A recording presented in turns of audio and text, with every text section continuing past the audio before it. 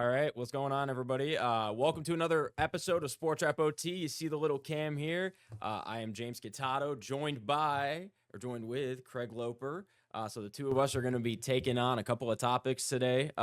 Big day, big week, honestly, big stretch for basketball in Hampton Roads in general. But today, Craig, we got high school state quarterfinals. Teams looking to book their ticket to the semifinals. We know that the teams who lost in the region championships are traveling for quarterfinal matchups. Teams who won in the region championships hosting their quarterfinal matchups.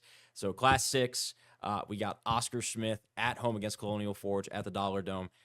How good is this team? You just saw them up close. Yeah. So I saw Oscar Smith play Lansdowne in Class 6. Very impressed with them. The thing that's most interesting to me about Oscar Smith is they don't really have a true big. Like Travis Johnson, like he's kind of their big man and kind of their enforcer. He did have a couple big blocks against Lansdowne, but they don't really have like a big. So the way they kind of play is very interesting to me. I think they'll beat Colonial Forge. I don't know their roster that well. I think the only thing that might give Oscar Smith trouble is if they face like someone with a true big that can play a little bit. But in the meantime, Oscar Smith looks great. Coach LeVar Griffin, always great to us. Spoke to him after the game. Always so hyped for his guys. Very passionate guy. And they just have a little bit of everything. They got guys that can get it done really at every position. So you can get something from Travis, right? You can get something from some of the other guys on their team. Jacoby Harper, Anthony thank you. Lewis. I forgot his name. 16 points against Landtown. You can get something any given night. So Oscar Smith is really impressive in that way. So as we sit here on, was it March 4th, 2025, we're recording this, as they enter the state quarters, you got to think, they'll book their spot in the state semi. So very impressed as there are not lone representative. Lansdowne's on the road. Home playing here tonight, here in town. So we'll see what happens with the Tigers and we'll see what happens with the Eagles in Class 6. Yeah, I mean, at Class 6, obviously, like you said, they're going to be playing a lot of Richmond schools, a lot of Northern Virginia schools. So we know basketball is big in Virginia anyways, but up in the Nova area, definitely pretty intense as well. So going to be a good gut check for both Smith and Lansdowne. In 5, it's loaded. Yeah, we got a lot of teams. Yeah. We got a lot of teams, boys and girls. Yep. Right? So Maury boys, Green Run boys, Princess Anne girls, Kellum girls, Menchville girls. Yep. Who am I missing? Is that everybody? Did I hit everybody? You're missing Woodside, Indian River boys. Yeah, yep. Woodside boys. Geez, it's kind of actually endless. It's loaded. We got a lot to look forward to. Green Run. You've seen a little bit of them this year. Yeah, they're talented. I mean, obviously, I have said that Green Run has the potential to be the boogeyman of Class 5. Yeah, I mean, they took Woodside to the brink, and that was a Kings. I say brink, but they played them as close pretty much as anybody has played them this season outside of Nansemond River. Right. But they were at Kings Fork in the holiday tournament, and they played Woodside pretty well, and I think they cut it to within 6 at one point. Yeah. Cash Jackson, their point guard, I mean, he's fun to watch. Yeah, he'll probably be a one to watch for maybe District Player of the Year or something like that. I mean, if it ain't him, it's Damian Robinson with Lansdowne. But he's a blast. I think the one thing that I've noticed, because I've watched a lot of Woodside as well this season, is these really fast guard teams or just fast transition teams are just going at Silas Barksdale in the lane, and they're attacking him, and they're getting him in foul trouble, and they're sitting him on the bench, and then you kind of have a big presence down low, or you're able to attack the basket, because once they start playing these, I saw it first when Woodside played Denby at Woodside, and Kevin Parker just started going downhill, and he was just going right into the chest of Barksdale and putting him in foul trouble, and Denby almost won that game because they knew, we could do this to him. Maury the same way. You got Adrian Newton, who's just like a blur going down the court. He is. Yeah. And then Cash Jackson and Elijah Ellison, like they're both going to be dudes that can run in transition. So I love that Maury Green Run game. I know you're going to that one tonight. Yep. That's gonna be a good game. Princess Anne girls. What more can you say about them? The Cavaliers seem to be on another fast track to a state championship. We'll see what happens tonight in the state semis, assuming they make it. But Micah Ojo's incredible. Obviously, so versatile. Giselle James can really pour it in from the outside. She's incredible to watch too. So Darnell Dozier has them humming. I don't see any challenges for them until maybe the state championship game, and we'll see what happens, at the Siegel Center. But and then other stories like Churchland's going on the road. Churchland boys. I guess that's Class 4. Yeah, we're still in Class 5. Hampton we'll talk about later, but really good stuff from all our Class 5 teams. It's honestly too much to talk about every single team. That's what you get with 5A, 5B, though, you know? Yep. I mean, you get all these schools that are going to be in the mix for state championships, you know? Yeah, and this is a great time of year, too, honestly. This is when you really get to see, like, crunch time basketball. Like, you know, the region championship's always interesting because, like, yeah, you want to win the region title, but you're still in states. But this is, like, win or go home. So the basketball gets even more intense moving forward because it is survive and advance from this point out. 3 more games. And you're state champions, possibly, if you win. Yeah. So, yeah. Moving on to Class 4, I guess. We should try Class 4 a little bit. Yeah, totally. Churchland boys, Hampton boys. Who else am I missing? And anybody else? Manor girls. Manor girls this year have, oh, my gosh, first time, region title time, in 20 years. Yeah, big time. They're humming. Yeah, and we've always said we have these conversations in the sports office about, like, you know, like Hampton Roads facilities and places we go and gyms. And we've been talking about it a lot the past couple of days. And Manor's Gym, man. I looked at the highlights Brian Parsons shot the other day. Manor's Gym, slept on gym. Slept on. The color scheme, the equipment in there, the gym itself, the setup, the seating arrangement, the fans. Like, it's something about that gray, red, black, and white that all kind of meshes together. And then that second deck. So shout out to Manor High School, man. They got a nice gym there. Good facility that they use. We were talking about this. I think it's crazy how arguably the 2 nicest facilities in Hampton Roads are here in Portsmouth. Yeah, right down the street from us. Manor and Churchland. Yeah. You know? Yeah, Churchland's gym's incredible. Churchland's gym. I'm a sucker for seeing that. I like it at Booker T too. Yeah. I'm a sucker for that second deck. Yeah, right. You know, because when you pack it out, it feels like the fans are right on top of you when you get to that second level. Yep. So I'm a big fan of that. Yeah. Big time. Yep. But in the actual Class 4 games, Yep. you know, you have Hampton traveling. Or I guess both. Hampton boys are staying. Staying, right. Yeah. Staying. Churchland boys are traveling. Churchland boys are on the road. Yeah. Hampton girls. Hampton girls are traveling. Yeah. Up to Richmond. Yeah. Manor is hosting. Yes. Yeah. So it's one of them things where it's you root for these teams when they go on the road. It's tough to win on the road, even in high school basketball, right? Like you traveling, high school kids, you're on a bus for an hour and a half. Parents, all that type of stuff. There's a lot of logistical moves with this. So, you know, if you're on the road, it's going to be a tough task. But I think all these teams have the ability to get it done, and we don't try to act like we know everything about every school outside of our market or in this entire state. It's impossible for no. But like going back to, again, great time of year, fun time of year for all our teams, all our coaches. They're on this, you know, the big stage. The spotlight is on them, and wish them all the best here, basically into the night, and we'll have it all. And then in the coming weeks, right, we got state semis after this, state championships. We'll have it all basically covered on Wavy and Fox 43 every day. Yeah, I also want to give a shout out to Grafton girls who won their 3A region championship. There we go. Too, so all right, they'll be playing too. Yep. So I know there are some times where we miss the really smaller classes as well, but we want to give a shout out to the Grafton girls. But yeah, we're gonna be cameras all over the place. Tonight, looking to get highlights and yeah, it should be. Yeah, we're running and gunning 2 games each for anybody watching. Like, we try to get to as many games as possible as a sports department, right? There's 3 of us. At the end of the day, we can't be everywhere at once as much as we want to be. We want to be, but it's just the reality. We have a limited amount of time every day, so I try to emphasize, like, if we don't get to you, you know, maybe on the night you're looking for us, we will get there eventually. It's just a matter of when we're going to come around and when we'll be there, because we try to have fair and equal balanced coverage everywhere as much as we can. So thanks for the support in that way, and just keep looking for us, and then stay honest. Email us good stories. Yeah, be in touch with us all the time about like what you're looking for, good stories, and where we need to be looking, because it's impossible for us to catch every single thing. And I will say too, just to shout out a couple other state champions before we move on to our next topic. Wrestling happened over the weekend all over kind of the 757 in Virginia because of the snow. It was supposed to be at the Virginia Beach Sports Center, and then the snow kind of moved things around because a bunch of schools were going to come here from around the state and wrestle. So then we got 10 inches of snow. Yeah, then we got 10 inches of snow. Grassfield, shout out to the Grizzlies for winning their first ever wrestling state championship in school history. Wow. That's a big deal. Cox boys went back to back. Yep. So always a good wrestling program. Yep. And then, I don't want to be missing one. I just talked about it on the Sportswrap. Yeah, you were on the weekends. Yeah. A lot of pictures coming in and information coming in. Yeah, but we had 3. Pocosin. Oh my goodness. Yep. Dynasty. Another. Yeah, exactly. Proud program. Pocosin won 4 straight from 2018 to 2021, and then took a couple of years off in terms of winning state championships, and then they got back on the mountaintop this year and won again. So congratulations to all of our team wrestling state champions, and then First Colonial Swimming won their 4th state championship in a row. All right, Patriots. Yeah, there we go. So boom. In that water, just that water, just swimming. Love it.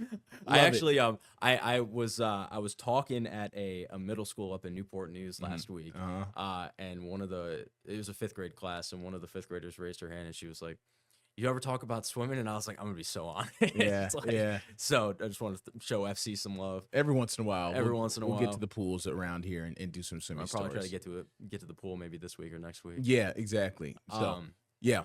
Up next. What do we got next? Let's change the little graphics here. So I'm on the board for the first time, so I'm still learning stuff here. Yep. So let's take it off studio mode. Boom. So we got conference tournament season coming up. So we know that the MEAC, this is going to be living online for a week, right? So at this point, the MEAC tournament, if you see this later in the week, maybe the seeding has been announced, right. But we got MEAC tournament, CAA tournament, and Sun Belt tournament. Yep. All of which could have legitimate players in them. Obviously, Old Dominion has the potential to make a run in the Sun Belt tournament. Yeah. Because they've beaten the best of the best in the conference. Yeah. Now I know that the Sun Belt this year had a 4-way tie up at the the top spot, which is wild. Yeah, because of how weird deep the finish conference to the is. regular season. But ODU has knocked off and been competitive with. Let's start with the men. Some of the best teams in the conference. Yeah, they could do that if they really gelled for the next couple of days. I think the number is for them. Is it 5 games in 5 days? Yeah, it's 5 games in 5 days. So it's one of those things where you just don't know how any given team is going to respond on these back-to-back nights sort of stuff. In college basketball, you don't play back-to-backs. Yeah, but sometimes in these tournament settings, it's like AAU ball. I was at practice media availability on Monday. Yeah. And that's what it is. It's like it feels like AAU basketball to these guys, again, but they haven't done that in a few years because they're in college. So how they're going to respond, who gets hot, I think the big thing, like I talked about with Mike Jones, or I asked him, was like, they don't have one guy that just dominates every game. He says he likes their versatility for guys to pour in like 10, 12, 15 points any given night. Robert Davis Jr., Sean Duro-Gordon, Callum Swanton-Roger, you know what I'm saying? Jaden Johnson. Like they can get it done. Now it was like basically asking them like, if you can get those sort of games that he basically said we have a lot of guys that can be an X factor in a given game. Yeah. And I think that's true. So if there's one thing ODU could like lean their hat on, maybe it's that versatility and getting hot. You never know, right? Now they're not going into this thing with any expectations, 0 expectations. I think if you were to ask anybody who covers the Sun Belt, like, is ODU going to win the conference tournament? People would be like, nah, probably one game, maybe 2. So their external expectations, not there. Internal expectations, talking to them yesterday, they said they want to go win this thing. So they have the spirit. Do they have the talent? Do they have the depth? Do they have the ability to go 5 games in 5 days? Yeah. I don't know. Yeah, I'm not sure if they're to that level yet, but we'll wait and see. And like you said, this time of year in March, any team gets hot, you make a few threes, make a lot of threes. Yeah. And if you make your shots in conference tournament basketball, you got a good shot against anybody. Well, the interesting part too is Mike Jones told us a couple weeks ago that they're one of the only programs in the country that's putting 4 freshmen on the floor at the same time. There aren't a lot of college basketball programs that are doing that. Yeah. The thing with ODU is they got a lot of individual hoopers that can go and get theirs. Yep.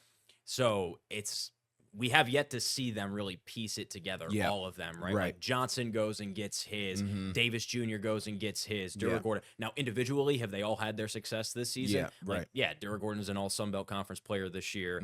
Davis Jr. broke the all-time single-season three-point record at Old Dominion, and Jaden Johnson's been one of the best freshmen in the Sun Belt. Right. So it's like at any given point, like ODU can pop off. It's just it hasn't gelled yet. All the individuals have done their thing, but it hasn't gelled. Yep.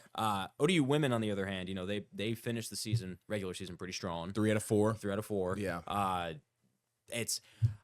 don't want to say it's almost JMU's conference tournament to lose, but I mean they have been so lights out this season, and they have the conference player of the year. Unbelievable. So I mean, JMU looks like a juggernaut. It's definitely theirs to lose. Yeah.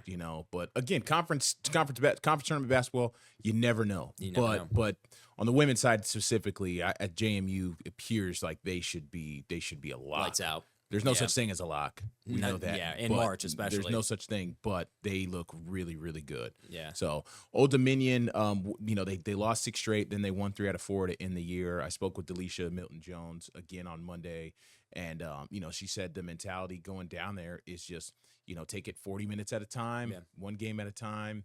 I think they are the 4th or 5th. They're the 5th seed going in, so they got they didn't get the double bye. They got a single bye. No. Actually, they did get the double bye. I think they're starting. It's because there's so many teams in the yeah, Sun Belt, exactly. Yeah, Mm-hmm. So they got this. So they're starting. They don't play till I guess what would be Friday this week. Yeah. So they got some time down there. They left today, Tuesday, and they got some time down there. So Tuesday night, Wednesday night, Thursday to hang out, lock in practice before the game. So I don't know. That's a lot of time. How you manage that time, it's kind of up to you. You're in Pensacola. I think the weather's decent. You go check out the beach, go to some cool places hang to out. eat. How much are you enjoying that? Are you really locked in, focused at the hotel? Who knows? So, but it's always a cool experience for college basketball teams to go on the road and be in that hotel environment and just spend time together on the road and just do the fun stuff, but then lock in for the game when it comes time. It's interesting you talk about that hotel environment. Norfolk State puts their players in hotels for the MEAC. For the MEAC tournament, even though it's here at Scope in Norfolk, right?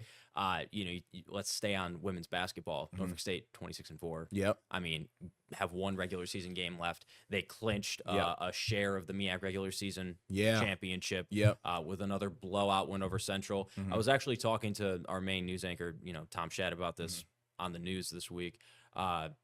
When the NCAA tournament committee looks at body of work, they're not just looking at your out of conference wins. They're looking at how did you do against your conference competition, right? Because it's for the Norfolk State margin men, of victory. Yeah, so it's for the Norfolk State men, they're winning MEAC games, although they didn't win against Central, but they're winning MEAC games, but they're close margins, right? I think the average margin of victory over the last 8 games for the Norfolk State women is 28 points or something. Right. They're blowing out MEAC competition, right? So the committee is going to look at this and say, well, clearly they're too elevated for their conference. Yeah.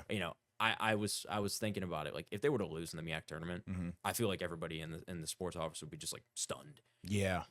Yeah, I agree. Everyone would be stunned. The Howard situation is crazy because Howard's really good too. Yeah. I don't think they're as good as Norfolk State, but Larry Vickers seems to have them locked in, right? If they win the MEAC, that would be the third straight year they've won it. Yeah, because going back a couple years, they went to Stanford, and then I think they went to Mississippi. No, they went to South Carolina. Before. So played the number one seed. So it was South Carolina and then Stanford last year as a 15 seed. So they're too good to be a 15 this year, though. Yeah, no doubt. No doubt. I definitely. 14 for sure. Can they get to 13? Really, I think is their ceiling, but. Shout out to Larry Vickers. And then, last night, overtime game for the men at Central, tough environment. And we've seen it in recent years. Like that late game in Durham for the Norfolk State men has caused them problems. Yeah. And it did last night. Central's not world beaters. They're kind of middle of the road MEAC team. Yeah. Norfolk State's supposed to be upper echelon MEAC team. But that environment, that's real. And the ball was in Brian Moore Jr.'s hands, just like it was when NC Central was here at Eccles, and he hit that half-court buzzer beater. Isn't that crazy? Yeah, crazy. It's that's a real rivalry game. Yeah, right. That is a real. Robert Jones talks about that's the rivalry game for the past decade. That's the barbershop talk game. Exactly. Central comes here. Brian Moore. Excuse me. Now I'm thinking Robert Jones. Yeah. Brian Moore hits the buzzer beater. And then they go down there. It goes into overtime. Brian Moore has a shot at the end to tie it, right? And Central he misses it. Central it's just those rivalry games. It's a tangible thing where it's going to come down to the wire most likely. Yeah. So we got about 4 minutes left, so let's touch on the CAA here a little bit because the CAA tournament is going to be the first one out of the pack. Yes. That happens between MEAC, or actually no, Sunbelt starts. Sunbelt starts tomorrow. Yep, and then CAA will happen in DC before the MEAC tournament. Yeah. So William and Mary, they're the 4 seed in the CAA tournament. They slid a little bit in the back end of the season. Right. And then Hampton boys have been hot. Yeah. They took Towson to the brink a couple days ago. Yeah. Right. So I think they're.